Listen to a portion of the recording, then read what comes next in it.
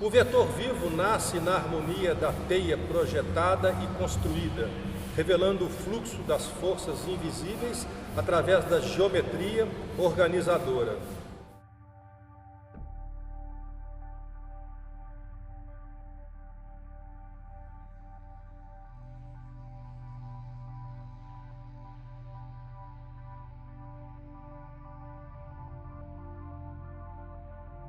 A função da arquitetura é abrigar as pessoas de uma forma saudável, econômica e que traga conforto dessas pessoas, né?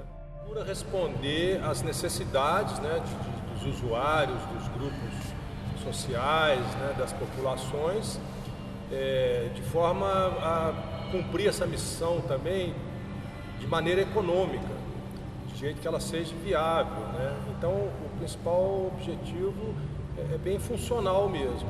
Quando essa arquitetura se une com questões de beleza, de criatividade, de novos conceitos filosóficos, espaço, ela ganha uma função cultural, né? A palavra arquitetura, né? A textura tem a ver com a questão da construção, né? Da tectônica, como que as coisas são feitas, né? As tecnologias, os sistemas construtivos. E arqui seria a parte mais artística, mais cultural. É a fusão dessas duas coisas. Podemos dizer que seria arquitetura, a construção com poesia. E no caso da seleção que a gente fez aqui, são todos projetos que tiveram o aço como sistema construtivo principal, né? Esse aço pode aparecer na estrutura, né, no revestimento, né, em parte do sistema construtivo, ou como elemento de pensamento, né, das soluções, né, de acordo com as possibilidades que ele oferece.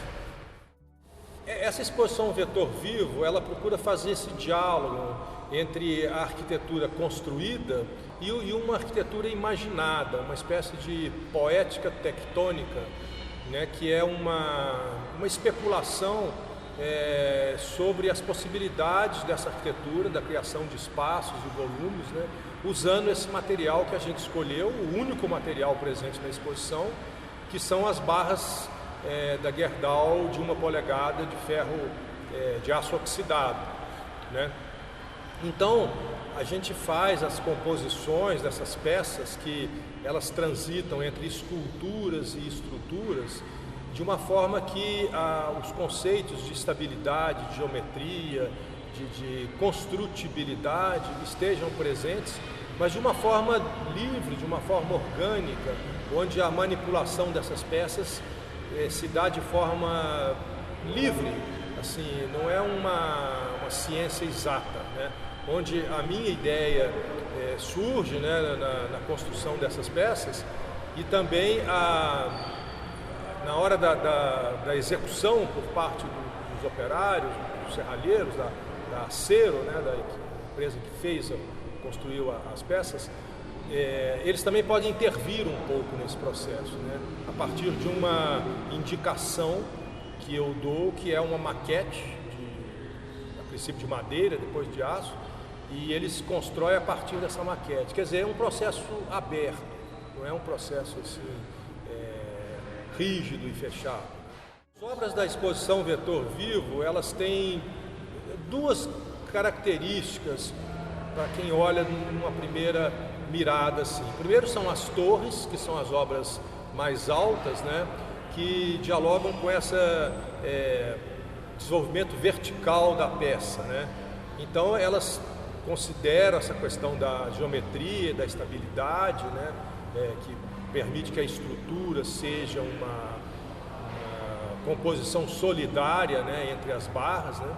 Então temos as torres e temos os prismas, que são as peças mais baixas, né, que funcionam assim mais próximas, né, da escala humana, né? Aí essas dimensões variam entre 6 metros, que são duas peças de 6 metros, a que está aqui dentro do hall do museu e a que está lá fora, né, na Praça da Liberdade. as mais altas de 6, as de 3 metros que estão dentro da sala e os prismas também que estão dentro da sala, né? E nessa sala a gente procurou criar uma ambientação, né, com o filme. A sala permite essa projeção circular no teto, né? O filme, a trilha sonora, que é um trabalho que a gente fez anteriormente com sons, arquitetura dos sons, né? Eu fiz junto com colaboradores, instrumentistas, cantores, cantoras. Então a gente procurou criar esse ambiente com essas peças altas, baixas, o filme e o som. A reflexão para a concepção dessa exposição, ela funcionou em algumas direções, né? Primeiro foi a direção da criação dos modelos, das peças, né? O design, né? O desígnio, né? O desígnio funcionando como uma indicação do que seria feita, né? Então são essas maquetes que geraram as peças maiores, né?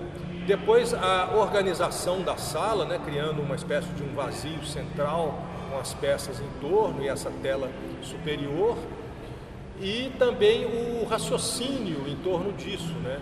Então a gente fez aí uma espécie de teoria poética, onde a gente colocou frases curtas e breves que possam explicar esse processo de criação e como que essa ideia funciona assim de uma forma bem sintética, verbalizada.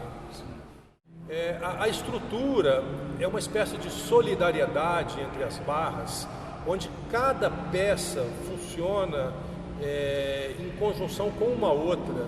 É uma espécie de amizade, de carinho entre diversas partes, né? E isso faz que a estrutura seja viável e que todas as peças são importantes. Se você retira alguma delas, aquele conjunto passa a ser inviável.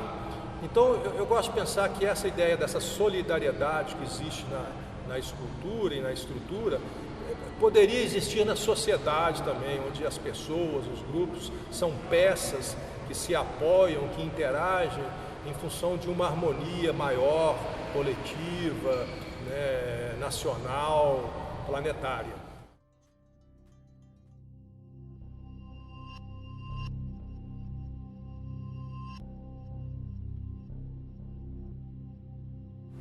Quando passa um cometa ou se esboça uma figura, tem-se a ideia abstrata de trajetórias lineares que só o caos ou a precisão podem projetar, indicando uma órbita cheia de encantos e riscos.